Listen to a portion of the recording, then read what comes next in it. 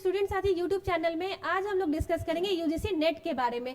ये हमारे कुछ ऐसे प्रश्न हैं जो हमें क्लियर करेगा कि यूजीसी नेट क्या होता है, यूजीसी नेट क्या है, जेआरएफ क्या है, क्वालिफिकेशन क्या है, एज लिमिट क्या है, एग्जाम पैटर्न, एग्जाम डेट, कब एग्जाम होते हैं, इसके सिलेबस क्या है, और हम लोग जब यूजीसी नेट पास कर लेंगे तो क्या होगा, और सबसे इम्पॉर्टेंट कि हम लोग इसकी तैयारी कैसे करें। तो यूजीसी नेट जो है वो आपका university grants commission national eligibility test junior research fellowship, ठीक है। तो इस एग्ज़ाम को जो है वो कंडक्ट करवाती है एनटीए। ये एग्ज़ाम जो है जब आप एग्ज़ाम पास करोगे तो इसमें क्या होगा कि आपको असिस्टेंट प्रोफेसर के लिए आप एलिजिबल हो जाओगे, ठीक है, और किसी भी यूनिवर्सिटी में या क्लासेस में आप आराम से पढ़ा सकते हो, ठीक। और यूजीसी नेट को अगर हम देखें तो यहाँ पर आपको ये साल में 2 बार एग्ज़ाम होता है और यहाँ पर 2 पेपर होता है, पेपर 1 पेपर 2।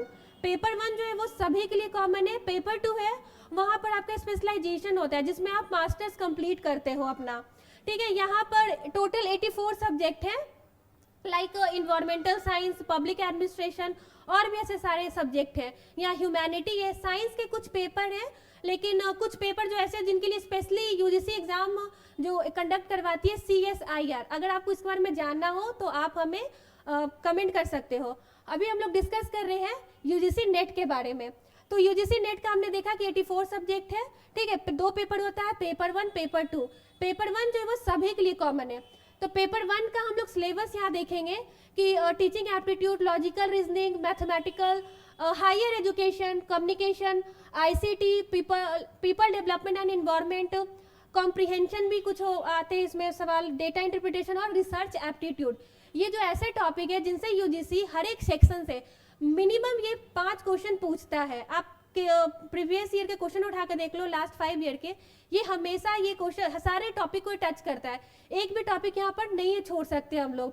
और हम लोग जब देखें पेपर 1 कितने मार्क्स का होता है, कितने क्वेश्चंस आते हैं, और सबसे इंपॉर्टेंट कि ये निगेटिव मार्किंग है या नहीं। तो यहाँ ये निगेटिव मार्किंग नहीं होता, यहाँ टोटल 50 क्वेश्चंस होते हैं, ठीक है। और ये जो 50 क्वेश्चन है ना ये 100 मार्क्स के होते हैं। यूजीसी नेट जब आप यूजीसी नेट यहाँ हो गया। अब जेआरएफ हम लोग देखते हैं। जेआरएफ क्या है? Junior research fellowship. यहाँ पर क्या है, यूजीसी नेट के लिए एक एज भी लिमिटेशन है, यहाँ मिनिमम एज रखा गया है 21। और जब आप मास्टर्स कर लेते हो और जब आप डिसाइड करते हो कि हमें देना है यूजीसी नेट, तो वहाँ पे क्या होता है कि आपका मिनिमम एज आपको बताना होता है, मैक्सिमम एज यहाँ पर कुछ भी नहीं है। तो जब आप भरते हो जेआरएफ के लिए तो जेआरएफ के लिए एक एज लिमिट है, वहाँ पर क्राइटेरिया वाइज वहाँ पर एज बताया गया है। वैसे जनरल के लिए तो यहाँ पर बोला गया है 30, और वो आप क्राइटेरिया चेक कर सकते हो यूजीसी के नेट पे जा करके। तो जो यहाँ पर जब आप नेट एग्जाम देते हो जिनका भी बिलो 30 है वो लोग आराम से जेआरएफ के लिए अप्लाई कर सकते हैं। जब आपको जेआरएफ मिलता है तो उससे क्या करते हो कि आप पीएचडी के लिए इनरोल कर सकते हो, और इसके लिए ना आपको स्टाइपेंड भी देता है गवर्नमेंट। और इस स्टाइपेंड का आपका अमाउंट है आपको 31,000 और 35,000, ये डिपेंड करती है गवर्नमेंट पे कि वो कितना, ये बढ़ता भी है लेकिन घटता नहीं है। और सबसे ये है इम्पॉर्टेंट कि यहाँ पर क्या होता है कि जब आप जेआरएफ क्लियर कर लेते हो तो आप पीएचडी करते हो तो वो भी आपके लिए काफ़ी बेनिफिशियल है। आप कहीं पे एक्सपर्ट बन जाओगे, पढ़ा सकते हो, या फिर किसी यूनिवर्सिटी में आप एज ए एडवाइज़र और एक्सपर्ट आप वहाँ पर काम कर सकते हो। ये एक ऐसा एरिया है जब आप यूजीसी नेट आपने क्वालिफाई कर लिया, आपको जेआरएफ मिल गया और आप पीएचडी कर रहे हो, तो ये भी क्वेश्चन आता है कि जब पीएचडी कर रहे हैं हमारे स्टाइपेंड मिल रहा है तो वो कितने साल के लिए वैलिड होगा। तो वहाँ मिनिमम आपका आता है कि आपको 3 साल में अपना पीएचडी कंप्लीट कर लेना है।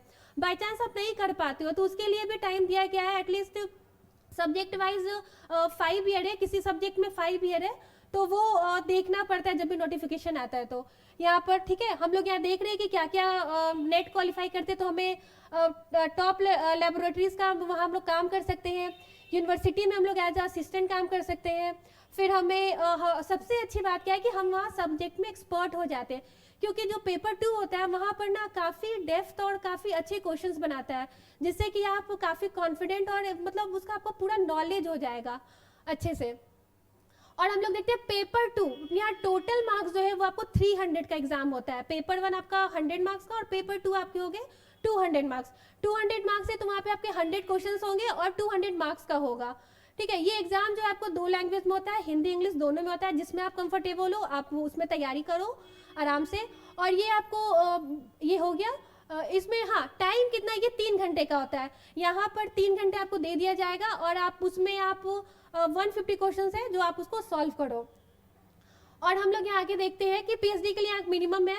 और जब आप इसको प्रिपरेशन कैसे करोगे, जैसे पेपर 2 तो हमने पढ़ लिया, जब हम लोग मास्टर्स कर रहे हैं तो वहाँ हमारा पेपर 2 का प्रिपरेशन हो गया।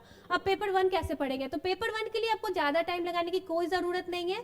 आप मिनिमम 3 मंथ दो, आपका हो जाएगा आराम से। 2 मंथ आप जम के प्रिपरेशन करो और 1 मंथ आप जम के टेस्ट दो। जब आप टेस्ट लगाओगे तो आपको पता चल जाएगा कि आपका कौन सा एरिया कौन सा वीक है या फिर कहाँ पे आप कंफ्यूज हो रहे हो। तो ये जो एरिया है, आपको ऐसा नहीं है कि बहुत टेंशन लेना है कि काफ़ी टाइम लगेगा, बिल्कुल नहीं लगेगा। और अच्छी बात ये है कि साल में दो बार होता है 6 मंथ पर। तो अभी हम लोग बिल्कुल देख सकते हैं कि यूजीसी नेट का भी रिजल्ट आया है, काफ़ी बच्चे उसमें पास किए हैं। और आप लोग तो पढ़ते ही होंगे, क्योंकि जो भी इंसान पब्लिक सर्विस कमीशन के लिए तैयारी करता है वहाँ एक सब्जेक्ट जो होता है वो आपका कंपलसरी होता है। जैसे बीपीएससी है, यूपीएससी है, उत्तर प्रदेश है। तो आप जब आप पढ़ते हो तो क्यों नहीं हम लोग यूजीसी नेट दे, हम अपने जॉब को थोड़ा सिक्योर करें, अपना एक बैकअप प्लान बनाएं। तो यूजीसी एक ऐसा प्लेटफॉर्म है जहाँ पर आप बैकअप आपका रेडी हो जाता है जब आप यूजीसी क्वालिफाई करते हो तो। ठीक है, और अगर आपको कोई भी क्वेश्चन हो इसके अलावा तो आप पूछ सकते हो, क्योंकि आप जितना पूछोगे उतना जानोगे। Thank you.